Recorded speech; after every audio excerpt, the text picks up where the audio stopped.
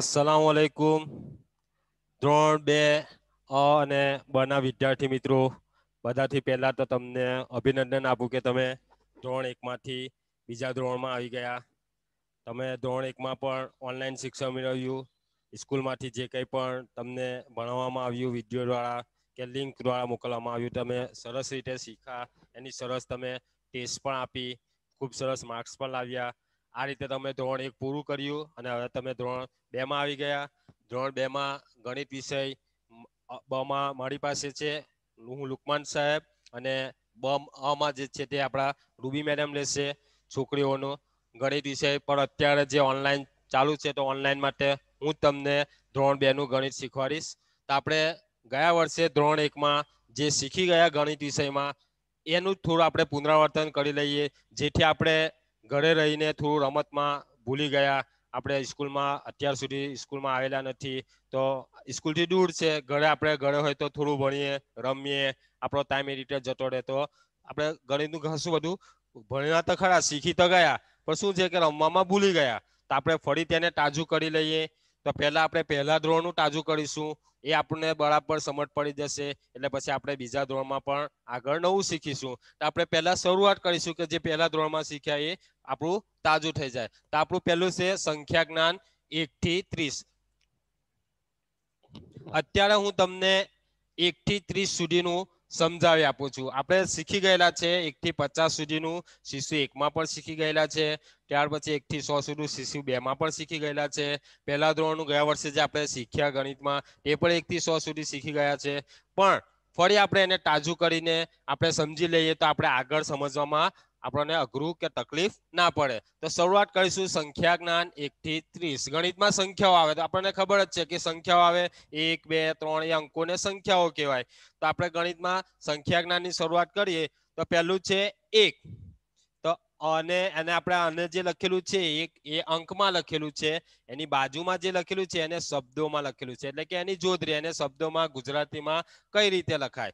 તો 1 અને 1 માત્ર અને ક એને 1 કહેવાય. એ જ પ્રમાણે 2 તો બની ઉપર 1 માત્ર 2, 3, 4, 5, 6, 7 અંકો અને શબ્દોમાં 8, 9 અને 1 મીંડે 10. તા થયું અંકમાં શબ્દમાં.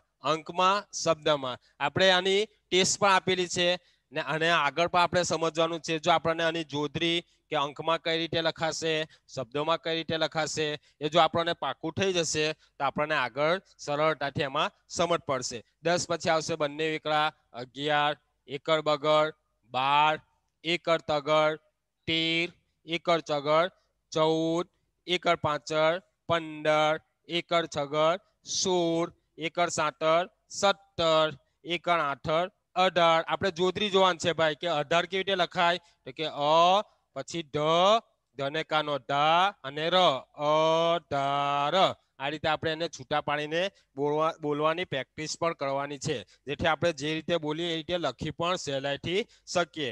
એકડ નવડ 19. હવે આપણે બોલીએ છીએ 19 તો કેટલાક 19 કેવું લખે છે અને કાનો એક માત્ર 19. હવે આ તમારું ખોટું પડે. તો જોડરી પણ શીખવાને આપણે કે અંકમાં કઈ રીતે લખાય. કે અંકમાં 1 ને 9 એકડ નવડ, પછી એની જોડરી જોવાની અને કાનો એક માત્ર ઓ ગ પછી અણ ને દીર્ઘ અને સ, 19. તો આ રીતે આપણે એને અંકમાં અને શબ્દમાં બંનેમાં જોવાનું છે. બગડે મીંડે 20. 20 પછી શું આવશે તો કે ભાઈ 20 પછી બગડ એકડ 21. 20 પછી શું આવે બગડ એકડ 21. ત્યારબાદ બંને બગડા 22. 22 પછી બગડ તગડ 23. 23 પછી બગડ ચોગડ 24. શું આવશે બગડ ચોગડ 24. તેને પછી બગડ પાછળ, બગડ પાછળ પછી 25. આમાં જોડરી ખાસ ધ્યાન રાખવાની 25.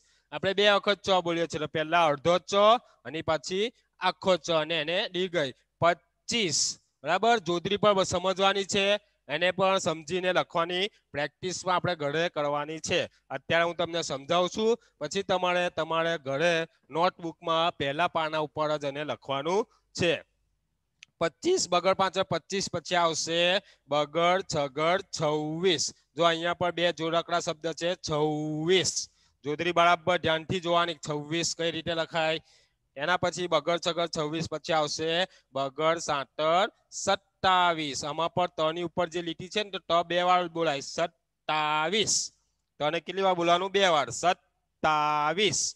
બરાબર. બોલતી વખત પર ધ્યાન રાખવાનું અને એને લખતી વખત પણ જોડરીમાં ધ્યાન રાખવાનું. ત્યારબાદ બગડ આઠર 28. અહીંયા પર બે ઠ છે બરાબર. એક અડધો થ અને બીજો આખો થ. હવે થ અને ધ આપણે બંનેમાં તફાવત જોઈ શકીએ છે. તે છતાં પણ લખતી વખતે ઘણાની ભૂલ થાય છે. 28 માં ધ લખી નાખે છે તો તમારો આખી જોડરી ખોટી પડે અને તમે બોલો તે તમારું બોલવાનું પણ ખોટું. 28 ની જગ્યાએ તમે જો ઢ લખી નાખો તો શું બોલાય 28. તે તમારું ખોટું પડે. તો ધ્યાન રાખવાનું કે 28 કઈ રીતે લખાય અને એને શબ્દમાં આપણે લખવું હોય તો પણ કઈ રીતે લખાય. એના પછી બગડ આઠ 28 પછી આવશે બગડ નવળ 29. 30 માં પણ જો ત ત્રિશુલ ન ત યાદ રાખવાનું 29. પછી 29 માં તલવાર નો ત ના લખાય 29. આવું લખો તો આ 30 બોલાય. એ તમારું ખોટું પડે. શું પડે? ખોટું. એની જોડરી જ આખી ખોટી એટલે ધ્યાન રાખવાનું 29.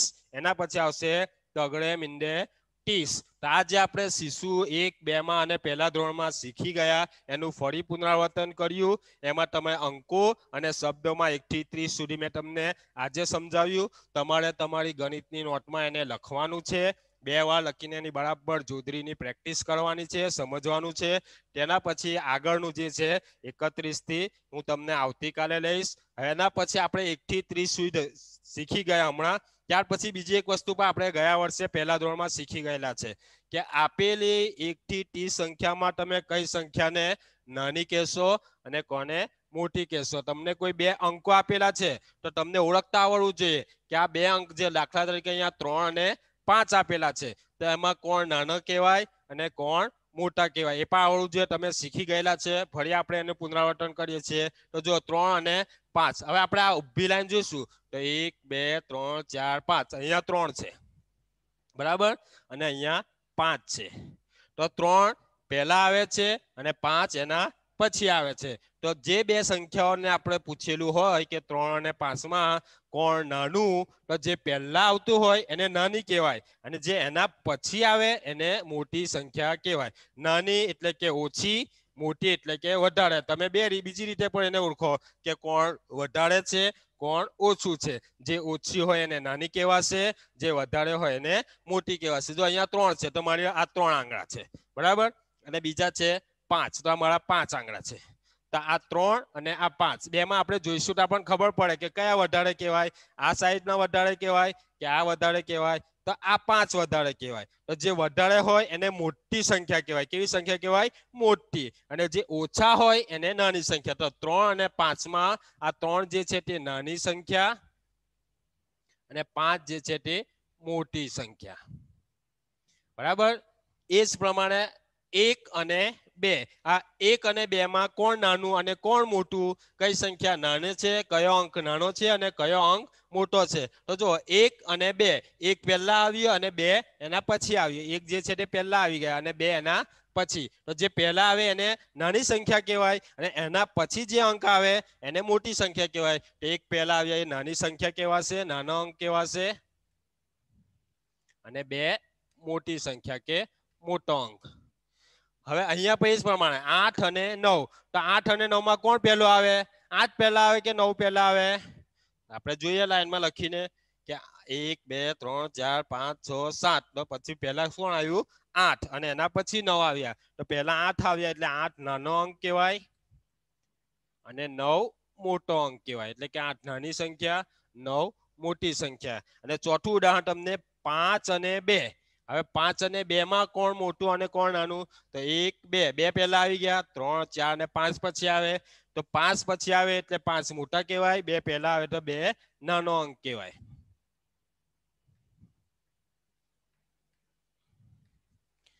તો સમજ પડી બધાને?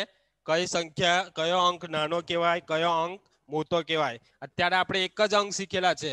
એના પછી આપણે ધીરે ધીરે આગળ આવશે કે 2 અંકો આપેલી હોય, 2 અંકની સંખ્યા આપેલી હોય, દાખલા તરીકે બંને એકડા 11, આ 2 અંકની સંખ્યા છે.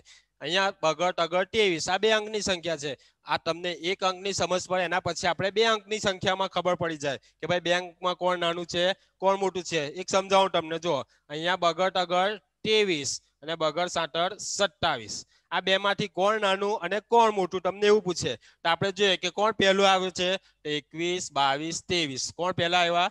23. અને જે પહેલા આવે તે નાની સંખ્યા કહેવાય, જે પછી આવે તે મોટી સંખ્યા. એટલે આપણને સરળતાથી સમજ પડી ગઈ કે કોણ નાની સંખ્યા અને કોણ મોટી. તો આપણે અહીંયા 1 થી 30 નું સંખ્યા જ્ઞાન અને આપણે નાની સંખ્યા અને મોટી સંખ્યા વિશે આપણે થોડું પુનરાવર્તન કર્યું. હવે તમે ઘરે અને જરા નોટમાં લખી ને પ્રેક્ટિસ કરજો તો તમારી જોતરી પણ સારી થઈ જાય, તમને વાંચતા પણ આવડે, લખતા પણ આવડી જાય અને તમારું કમ્પ્લીટ 1 થી 30 સુધીનું થઈ જાય. સમજ પડી? આજે આપણે આટલું શીખ્યા 1 થી 30 સુધીનું સંખ્યા જ્ઞાન અંકોમાં અને શબ્દોમાં, અને સંખ્યા કઈ નાની અને કોને મોટી કહેવાય તે આપણે આજે સમજ્યા. બરાબર છે?